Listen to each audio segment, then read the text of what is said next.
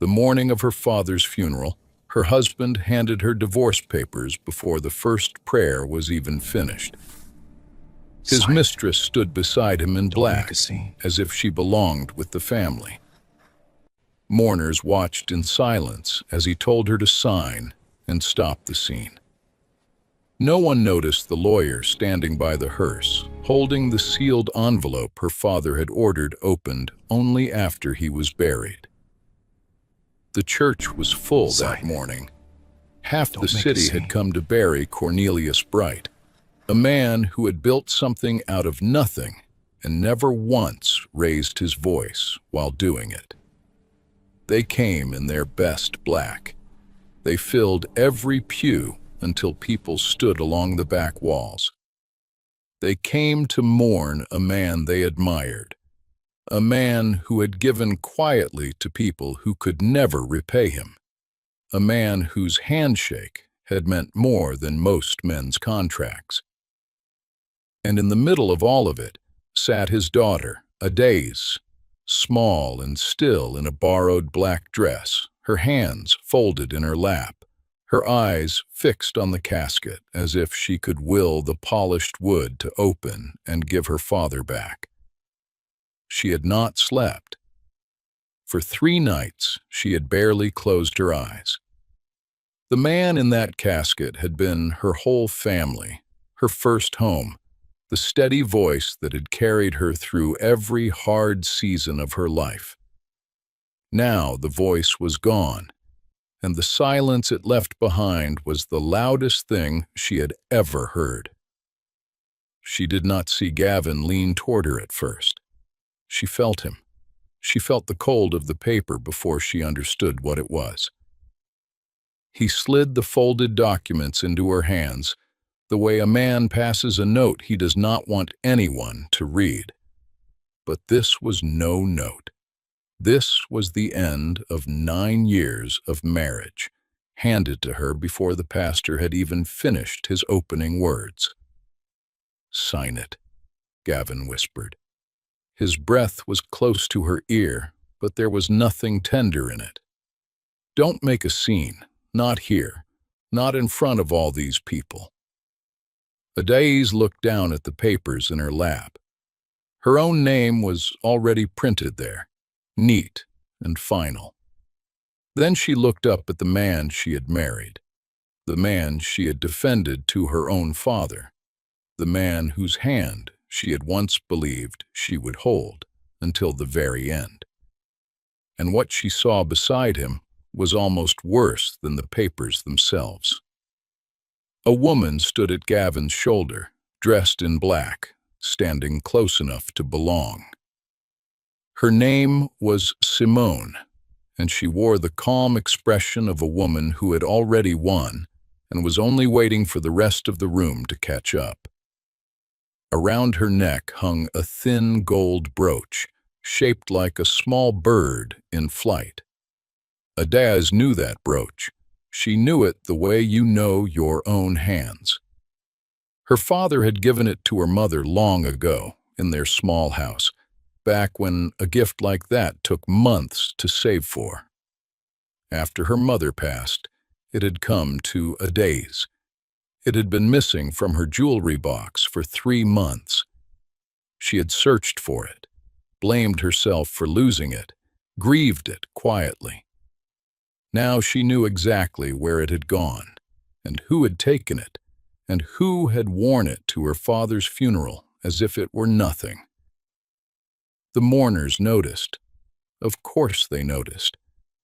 A wave of silence moved through the church, deeper and stranger than the silence of grief. People turned in their seats. People stared.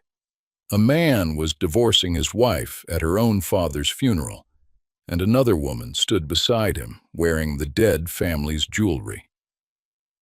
It was the kind of cruelty that did not need a single shout to land. It landed in the stillness. It landed in the held breath of 200 people who could not believe what they were seeing. Eleanor, Gavin's mother, sat 1 row back, and the corner of her mouth lifted into something that was not quite a smile, but lived in the same neighborhood. She had waited a long time for this morning. She had never wanted her son to marry a quiet girl with no name behind her, a girl from a small house, a girl whose softness Eleanor had always mistaken for weakness. For years, she had whispered into her son's ear that he had married beneath himself. Now, at last, she believed the family was free of a burden. Adèle did not scream. She did not cry. She did not beg the way they all expected her to. For a moment, the whole church seemed to lean toward her, waiting for the collapse, waiting for the scene Gavin had told her not to make. It did not come. She looked once more at the casket, at the polished wood that held her father, at the flowers piled high around the man who had taught her that the strongest person in any room is usually the quietest. And then, with a hand that did not shake, she signed her name. Gavin let out a breath of relief. Simone's shoulders relaxed. Eleanor nodded once, satisfied, as if a long account had finally been settled. They believed they had taken everything from her in that single moment. A wife stripped of her husband, a daughter stripped of her father, a woman left with nothing but a borrowed dress and a folded set of papers and a church full of pity. But here is what none of them saw. Near the back of the church, by the open doors where the hearse waited in the gray light, a man stood quietly with his hands folded over a single sealed envelope. His name was Mr. Whitfield, and he had been Cornelius Bright's lawyer for 22 years. He had watched the whole thing from the shadows, the papers, the brooch, the whispered cruelty, and his face had not moved. The envelope in his hands carried Adèle's name and nothing else, and it carried instructions, written in her father's own steady hand, that it was to be opened only after he was buried, and not one moment before. Adèle did not look at Mr. Whitfield, but as she set the pen down, something passed across her face that no one in that church could read. It was not sorrow. It was something closer to a memory. And for the smallest moment, the corner of her own mouth almost lifted, the way a person smiles when they remember a promise made long ago by someone who never broke a promise in his life. She was not the one who had lost everything that day, but she would let them believe it a little longer. To understand the woman sitting silently in that borrowed black dress, you have to go back. Back before the billion-dollar empire. Back before the funeral.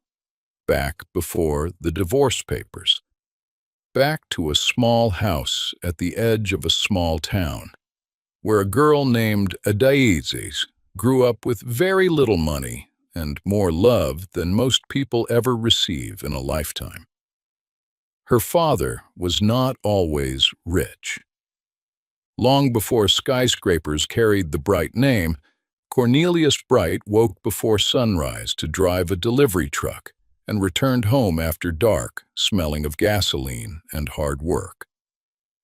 On Sunday nights, Adèle would sit across from him at the kitchen table and watch him count every dollar he had. One pile for rent, one pile for food, one pile for church, and one tiny pile he always called tomorrow. Years later, when people spoke about his billions, Adèle still remembered those 4 small piles. After her mother died, Cornelius raised her alone. He never gave long speeches, but there were 3 lessons he repeated so often they became part of her. The loudest person in the room is usually the most afraid. Trust is a gift, not a weapon, and the one she would remember most on the worst day of her life. The strongest person is usually the one nobody notices. Adeze was a gentle child. She brought home injured animals. She cried at sad songs. She believed people when they smiled at her. For many years, that softness made her beautiful. Later, it would make her vulnerable. Then, when she was 12 years old, something happened that would not make sense until the morning her husband divorced her beside her father's casket. One rainy evening, Cornelius came home carrying something tightly clenched in his fist. His face was unusually serious. "Adeze," he said quietly, "come sit with me." She sat across from him at the kitchen table. Slowly, he opened his hand. Inside lay an old brass key hanging from a worn leather cord. It looked ordinary, old, scratched, almost worthless. Yet the way her father looked at it made her heart beat faster. "What does it open?" she asked. For a long moment, Cornelius simply stared at the key. Then he smiled. "Everything." Adeze blinked. "Everything?" Before she could ask another question, he gently placed the cord around her neck. "This belongs to you now." She touched the cool brass. "What does it unlock?" Her father shook his head. "Not yet." She frowned. "What do you mean, not yet?" His eyes softened.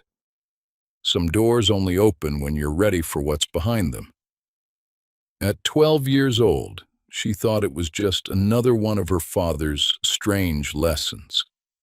She had no idea that decades later, after betrayal, humiliation, and heartbreak, that tiny brass key would change the course of her entire life.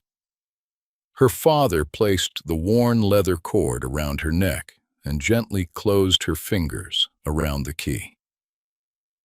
"This opens something important," he said quietly. "But not yet. Some doors only open when you're ready for what's behind them. You'll know when the time comes. Until then, keep it close, and keep it quiet." Adeze nodded, though she didn't understand a word of it. Years later, standing beside her father's casket with divorce papers in her hands, she finally would. She did not understand it then. She thought it was just a gift, a small treasure from a father who could not yet afford big ones. She thought maybe it opened an old box, or a forgotten drawer, or nothing at all. But she wore it under her clothes, against her heart, and over the years it became as much a part of her as her own breathing. She wore it through school, where the richer children laughed at her second-hand shoes. She wore it through her mother's old church, where she learned to sing low and pray hard. She wore it through long nights of studying and longer days of working. As her father's quiet fortune slowly grew, built one honest deal at a time. And she wore it the day she met Gavin. He was charming then, in the easy way of men who have learned that charm opens doors. He had a quick smile and a hunger for a life bigger than the one he had been born into. He made her laugh. He told her she was different from other women, and she believed him because she had no reason yet not to. By the time Adeze married him, her father had become a wealthy man, though you would never have known it from how he lived. He never flaunted what he had. He gave more than he kept. And he watched his daughter's new husband with the careful, patient eyes of a man who had spent a lifetime learning to read people in rooms full of liars. "He looks at you like you're a step," her father told her once, gently the only time he ever said anything against Gavin. Not a person. A step to somewhere higher. Adaz had been angry then. She had defended Gavin with heat in her voice. She had told her father he did not understand, that he was being unfair, that love was not something you measured with suspicion. She had chosen loyalty because loyalty was the deepest thing her father had ever planted in her, and because she could not yet imagine that the man she loved would one day prove her father right in the cruelest way possible. She wore the brass key to her own wedding, hidden beneath the white of her dress, resting against her heart as she said her vows. She did not know it yet, but she was already carrying, against her skin, the answer to everything that would one day go so terribly wrong. The marriage did not break in a single day. It broke the way most things break, slowly, in small pieces, so quietly that you do not notice the damage until the whole thing is already lying in ruins on the floor around your feet. In the early years, Gavin played the part of a good husband well enough. He brought flowers. He remembered birthdays. But Gavin had married a quiet woman, expecting a quiet fortune to come with her. And when Cornelius did not hand over his empire like a wedding present, something in Gavin began to sour and curdle. He had a good position at a respectable company, a job he was proud of, built in part on quiet connections that traced back, though he never knew it, to Adaz's father. He believed every bit of his success was his own doing. He believed he was a self-made man. And the more he believed it, the more he began to feel that the quiet woman beside him was holding him back from something greater. Eleanor poured fuel on that fire every single chance she got. She would visit their home and look around with a slow, disappointed eye, and she would sigh in a way that filled the room. She would mention other women, better connected women, daughters of important families, women who she said would have lifted her son to the heights he deserved. "You could have done better," she told Gavin, again and again, on the phone, at dinner, in passing. "You always could have. It's not too late to fix a mistake." She said it so many times that the words stopped sounding like cruelty and started sounding to Gavin like simple truth. And then came Simone. Simone did not arrive all at once. Women like Simone never do. She arrived in pieces, slowly, the way a tide comes in, so gently you do not notice your feet are wet until you are already standing in the water. First, she was only a colleague at one of Gavin's work events, a face in a crowd, a name. Then she became a name Gavin mentioned a little too often, dropped into conversations that did not need her. Then she became a face at the parties Adaz attended, smiling a little too warmly, laughing a little too easily at Gavin's jokes, standing a little too close to him when she thought no one was watching. Simone did not want Gavin, not really. She wanted what Adaz had, not the love. She had no use for that. She wanted the position, the comfort, the settled and respectable look of a woman who had married well. And slowly, piece by piece, she set about taking it. She began to show up in the same style of clothes Adaz wore, then in jewelry that looked strangely familiar. Adaz told herself she was imagining it, that her grief and her tiredness were making her see things that were not there. Her father had taught her to trust, so she trusted, even as the ground quietly shifted and opened beneath her feet. Gavin grew colder by the season. He worked late, later than the work required. He stopped looking at her across the dinner table, and when he did look, it was with that same faint disappointment his mother wore, as if his wife were a purchase that had not aged the way he had hoped. He began to believe every story he told himself about her, that she was lazy, that she was ungrateful for the life he had given her, that she had somehow trapped him into a marriage that was beneath him. None of it was true. But a man who has already decided to leave will always find his reasons, and Gavin had a whole house full of them now, handed to him by his mother and polished bright by Simone's careful hands. Then came the night that broke something inside Heiress for good, the night that turned the slow leak into a flood. Her father had fallen ill. The doctors were honest with her, the way good doctors are, and the news they gave her was not the kind you recover from hearing.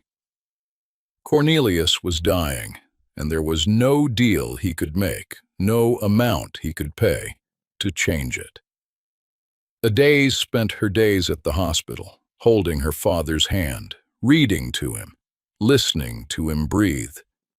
She spent her nights barely sleeping, lying awake in a house that had stopped feeling like a home. One of those nights, she came back late from the hospital, her body heavy with exhaustion and sorrow, and she heard voices coming from the study. Gavin's voice, and a woman's voice, Simone's. A daisy stopped in the dark hallway, just outside the door, and she listened. And what she heard turned her cold from the inside out, the way river water turns cold the deeper you go. They were planning it, not just the divorce, the timing of it. Gavin's voice was low and certain, the voice of a man arranging a deal he was pleased with. "When the old man finally goes," he said, "that's when we do it, at the funeral. She'll be too broken to think straight, too busy crying to put up a fight. The whole family will be wrapped up in grieving him. Nobody's going to take her side over a casket. She signs, it's clean, it's done, and we just walk away from the whole thing." And Simone, laughing softly in the dark, said something Heiress would never forget, something about how a grieving woman makes no trouble, how the timing was almost a kindness, how it was better to break a heart that was already broken.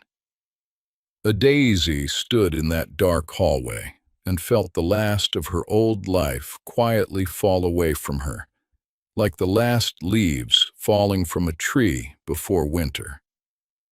The man she had defended to her own dying father was planning to end their marriage over that very father's grave.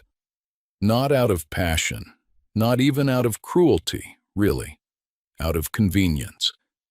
Because it would be easy, because she would be too weak to stop him. For a woman wearing her mother's stolen brooch. She did not confront him. She did not throw open the door and scream the way another woman might have. She walked quietly back through the dark into her own room, and she sat down on the edge of the bed, and something inside her went still and numb. For days afterward, she moved through her own life like a ghost, present but not really there, going through the motions of grief and survival. The softness her father had given her, the trust, the warmth, all of it seemed to flicker like a single candle in a cold draft, close to going out. But 2 days before Cornelius passed, the telephone rang. It was Mr. Whitfield, her father's lawyer, a calm and careful man she had met only a handful of times across the years.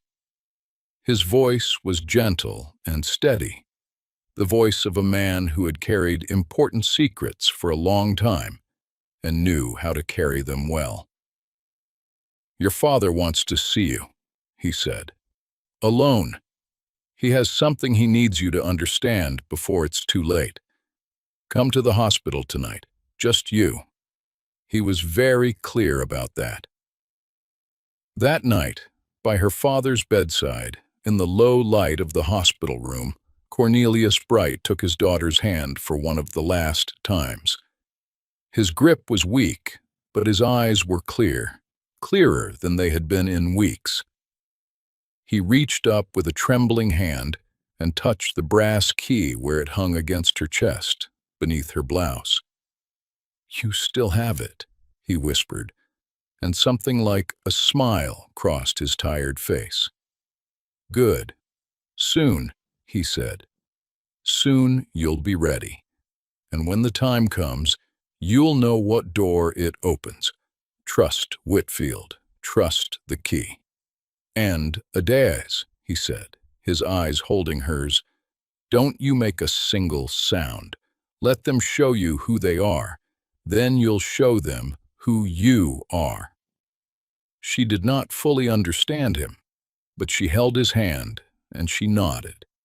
And 2 days later, the man who had built an empire from a delivery truck closed his eyes for the last time, with his daughter's hand in his, and the brass key resting quietly against her heart.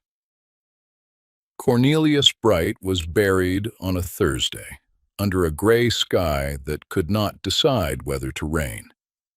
By Saturday, the family gathered again, but this time not in a church full of flowers.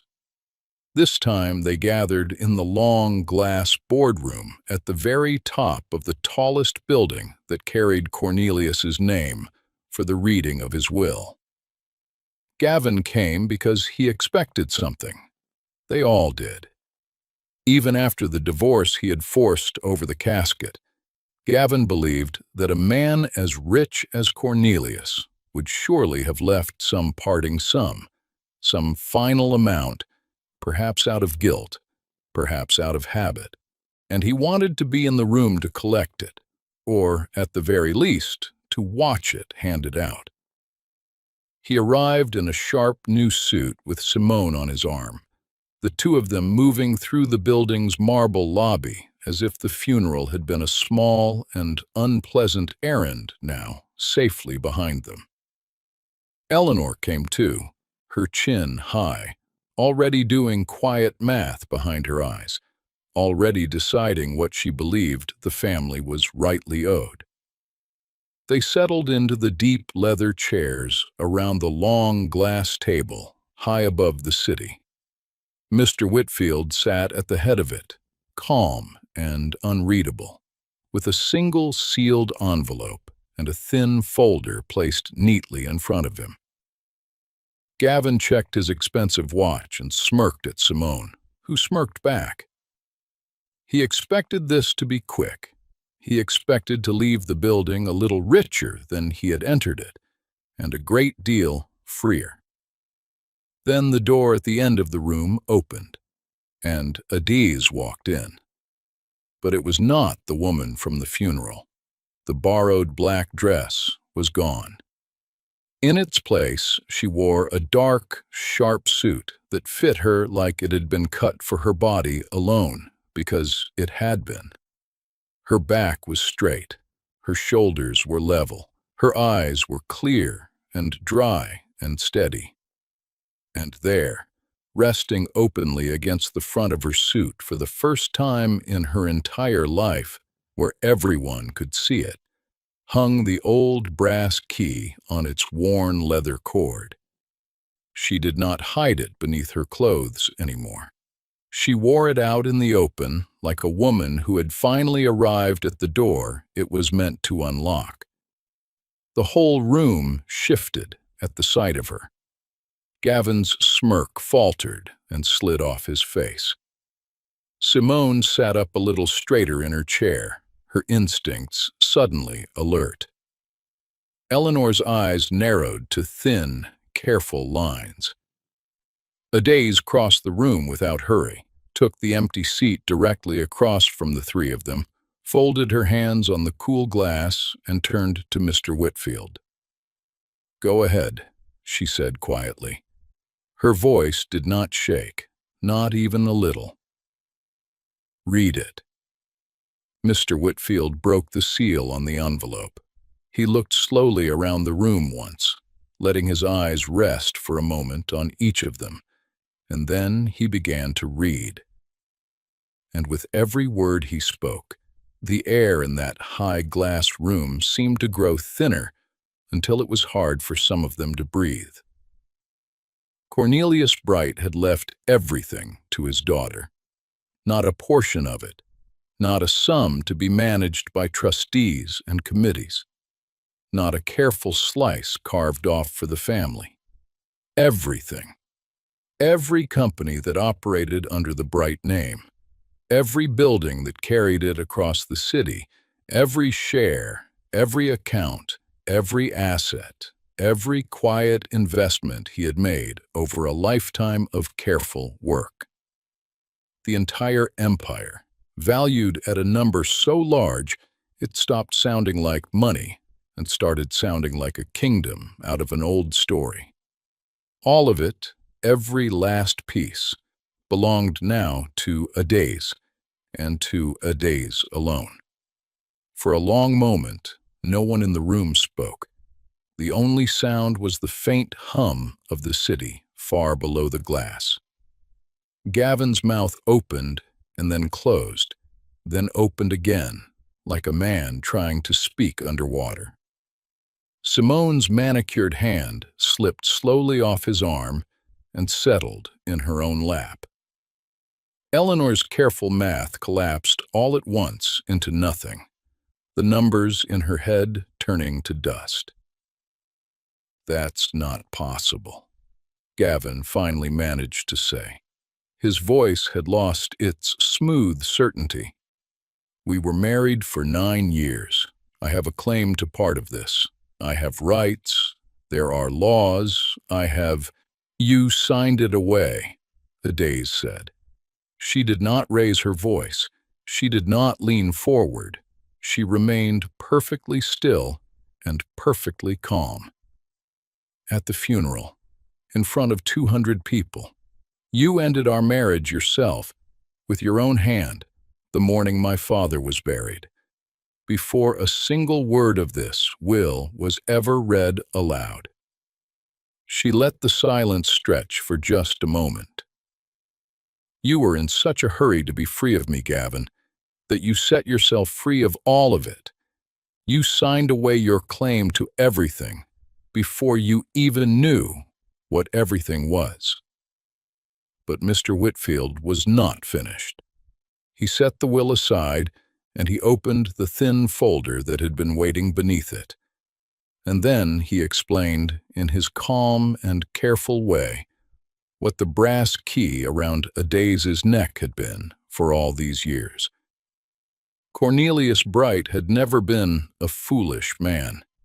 He had seen Gavin clearly from the very beginning, the way he had seen so many men clearly across so many decades of doing business with all kinds of people. He had watched, and he had waited, and he had quietly kept a record. The key that hung around his daughter's neck opened a private safe, one that held everything he had gathered. Records of Gavin's growing debts, the ones he had hidden carefully from his wife, gambling losses and bad investments and money owed to dangerous people.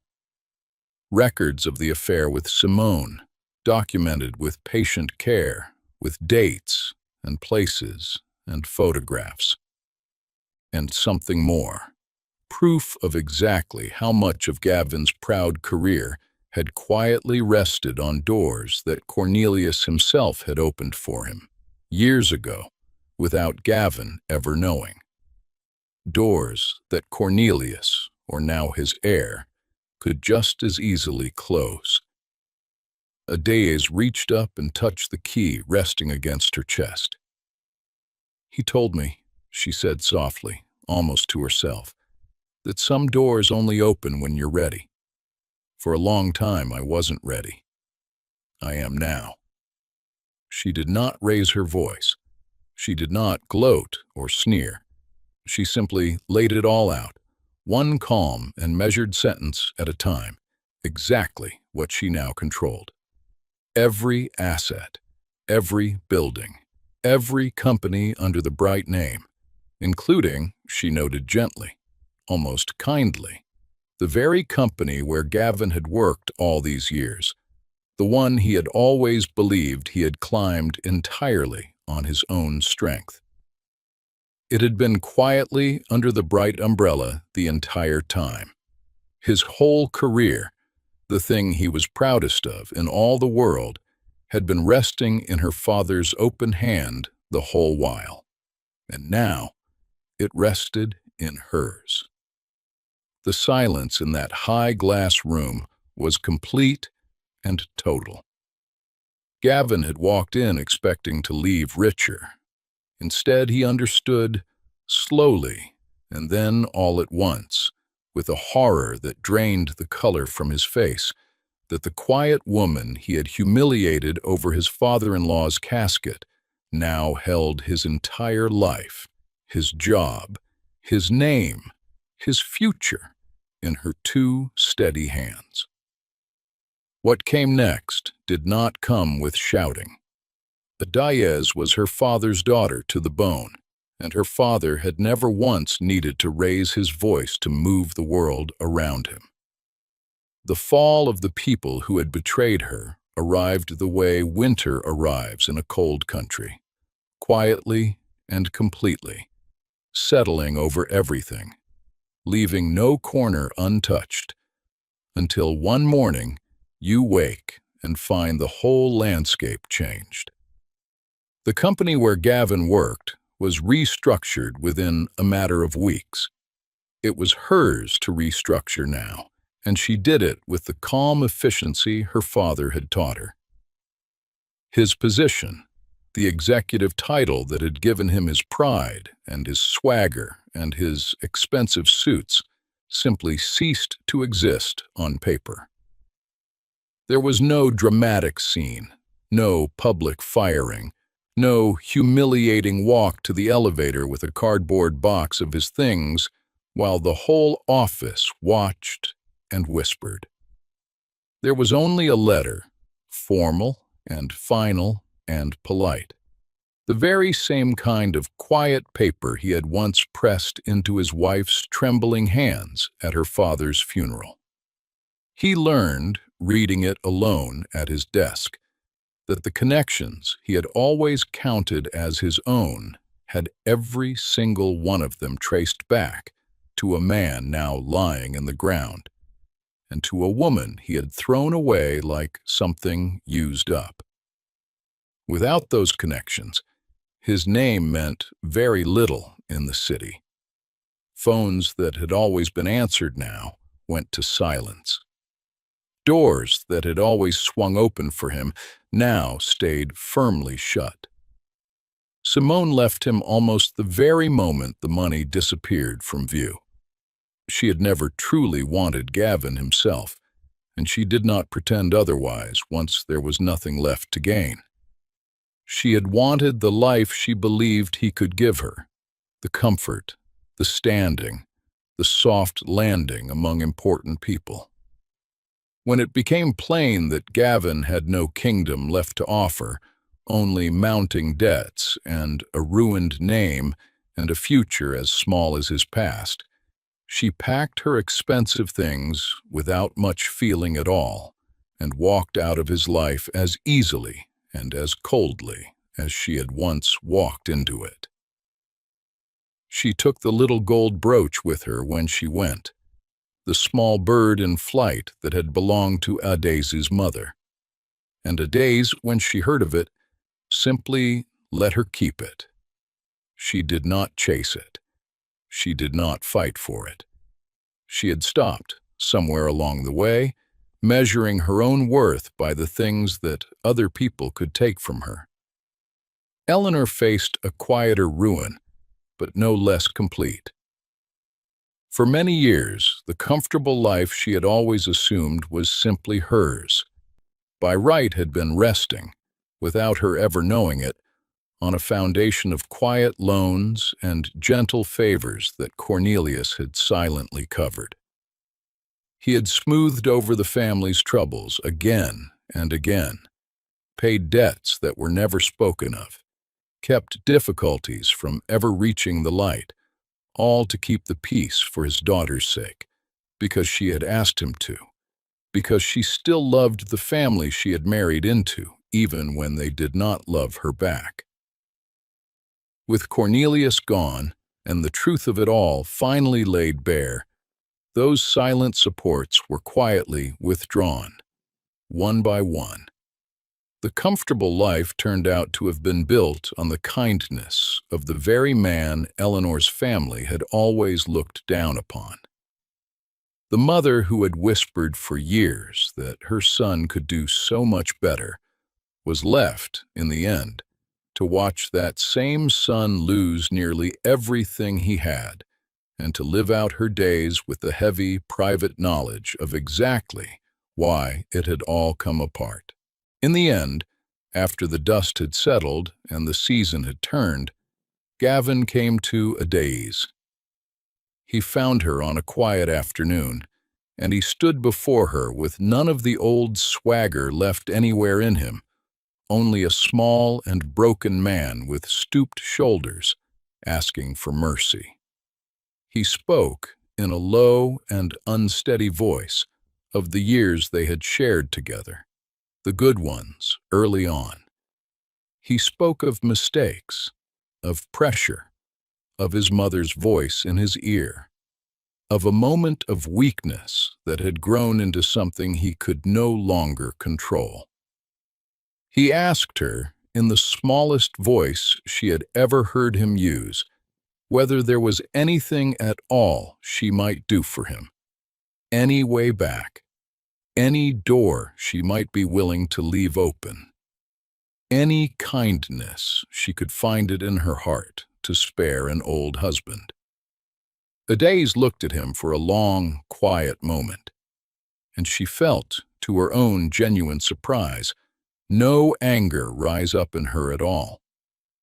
The numbness that had swallowed her in those dark months was long gone now, and what had grown in the empty place it left behind was not hatred, and it was not the sweet poison of revenge. It was simply clarity, clean and calm, like the view from the top of her father's building on a clear day. She did not curse him. She did not list out his many sins for the satisfaction of saying them aloud. She did not need to. She reached into her bag and drew out a single folded set of papers. It was the divorce, the one he had pressed into her hands over her father's casket, finalized now and complete, every signature in place. "You gave me these," she said softly, "the morning we buried my father."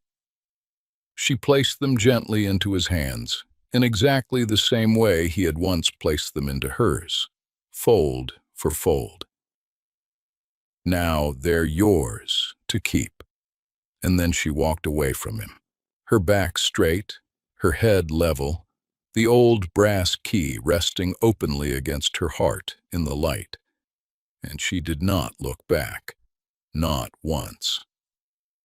Some stories end in fire and shouting, and the satisfaction of revenge served loud.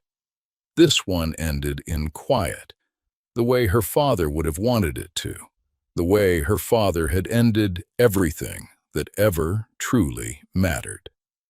Many months later, on a clear and gentle morning, a daisy stood once more at her father's grave. The grass had grown in green and full over the place where he rested.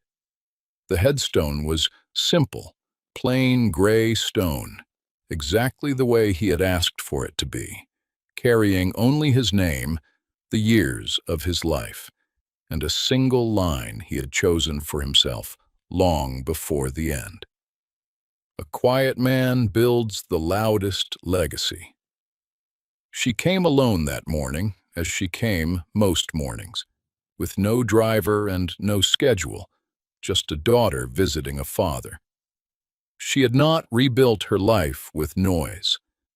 There had been no announcements, no triumphant interviews, no public settling of scores for the world to applaud. She had simply taken up the great work her father had trusted her to carry, the empire he had quietly placed into her hands, with a brass key and a single instruction. And she ran it the way he had taught her to run everything, with a steady voice and a careful heart, and a long memory for kindness. The people who had once looked straight through her as if she were not even in the room now found themselves answering to her across that long glass table. And she surprised every one of them, because she treated them with a fairness and a patience they had not expected, having heard the story of how she came to sit at the head of the table. She had learned long ago, in a small house and a cold marriage, exactly what it felt like to be looked down upon and overlooked and underestimated. And she had decided, somewhere along the hard road, that she would never make another living soul feel the way they had once made her feel. She thought about Gavin sometimes, in idle moments, and about Simone, and about Eleanor. But she did not think of them with bitterness anymore, and she certainly did not think of them with longing. She thought of them the way you think of a hard storm that has already blown through and passed on over the horizon. They had believed, every one of them, that her silence was weakness. They had mistaken her gentleness for foolishness, her patience for stupidity, her stillness for surrender. They had looked at a quiet woman in a borrowed black dress, sitting alone beside a casket, and they had seen someone with nothing left in the world to lose. And they had been so completely, so catastrophically wrong that it had cost every one of them everything they had. If you have stayed with this story all the way to here, then you understand something now that none of them ever managed to understand. The quiet ones are not weak. The patient ones are not fools. The gentle ones are not easy prey. Sometimes the person standing silently in the corner of the room, the one that everyone in their hurry has decided not to truly see, is the only one in the whole place holding the key that actually opens the door. Adie's knelt down slowly beside the headstone. She reached up with one hand and lifted the brass key from around her neck, the same key her father had placed there himself when she was a girl of 12 at a kitchen table. The key she had carried hidden against her heart through every cruel season of her life, the key that had finally opened the door to all of it. She held it in her open palm for a long moment and looked at it. The small, scratched brass, the leather cord worn soft and dark by all the years against her skin. Then she laid it down gently on the top of the cool gray stone, and she rested her own hand over it, covering it the very same way her father used to rest his big, warm hand over her small one when she was a child and afraid of the dark. "I was ready," she whispered to the stone, to the man beneath it, to the morning air. "You were right about all of it. You were right about everything." A soft wind moved across the green grass and stirred the leaves at the edge of the cemetery. Adie's closed her eyes and lifted her face toward it. For the first time in a very long time, she felt something settle deep inside her chest. Peace.